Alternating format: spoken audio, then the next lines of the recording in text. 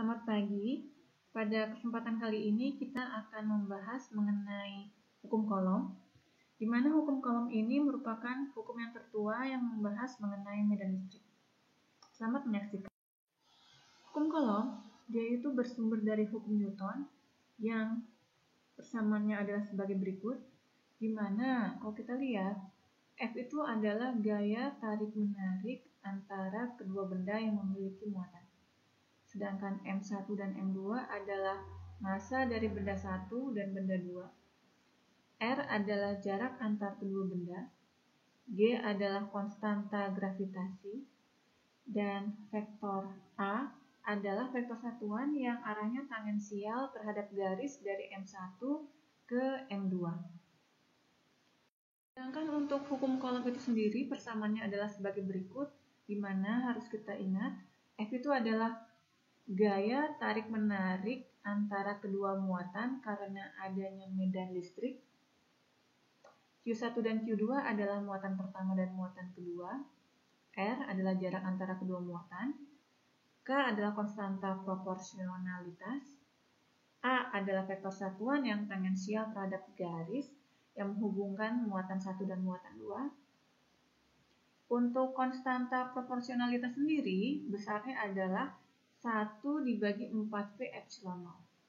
Sedangkan epsilon 0 adalah permitivitas udara yang besarnya dapat kita lihat di slide. Jadi harus kita ingat bahwa hukum kolom ini membahas gaya tarik-menarik karena adanya medan listrik. Nah, sekarang kita ingin melihat bagaimana arah dari vektor A.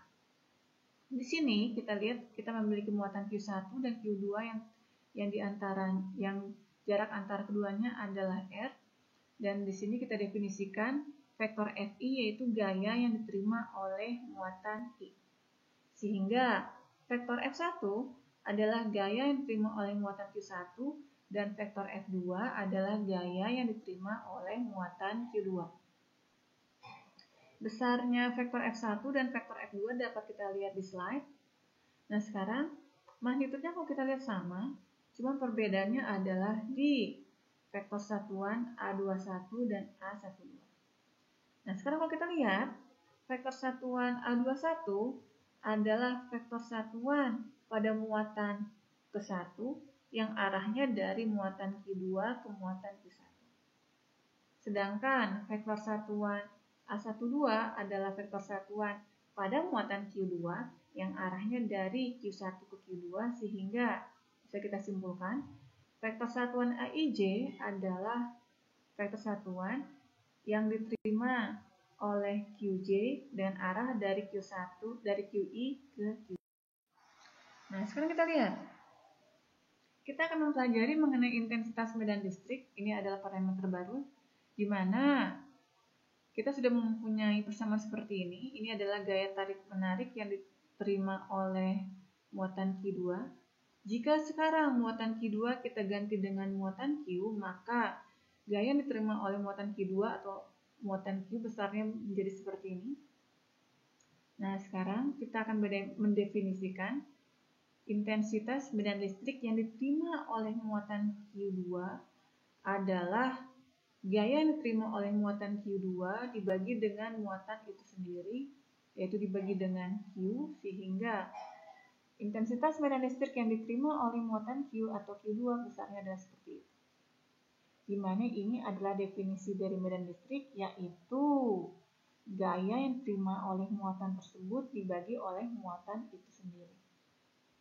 Nah, sekarang lihat, misalkan kita memiliki satu buah muatan Q di sini, maka jika kita memiliki Q1, maka gaya yang diterima oleh Q1 karena adanya Q adalah seperti ini, dan E yang diterima oleh muatan Q1 besarnya adalah seperti itu.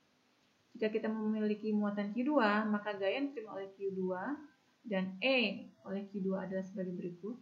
Jika kita memiliki muatan Q3, gaya yang diterima oleh Q3 dan E pada I3 adalah sebagai berikut, sehingga jika kita memiliki muatan Q4, Q5, Q6, sampai Q7, maka intensitas medan listrik di Q4, Q5, Q6, Q7 adalah seperti yang kita lihat di slide.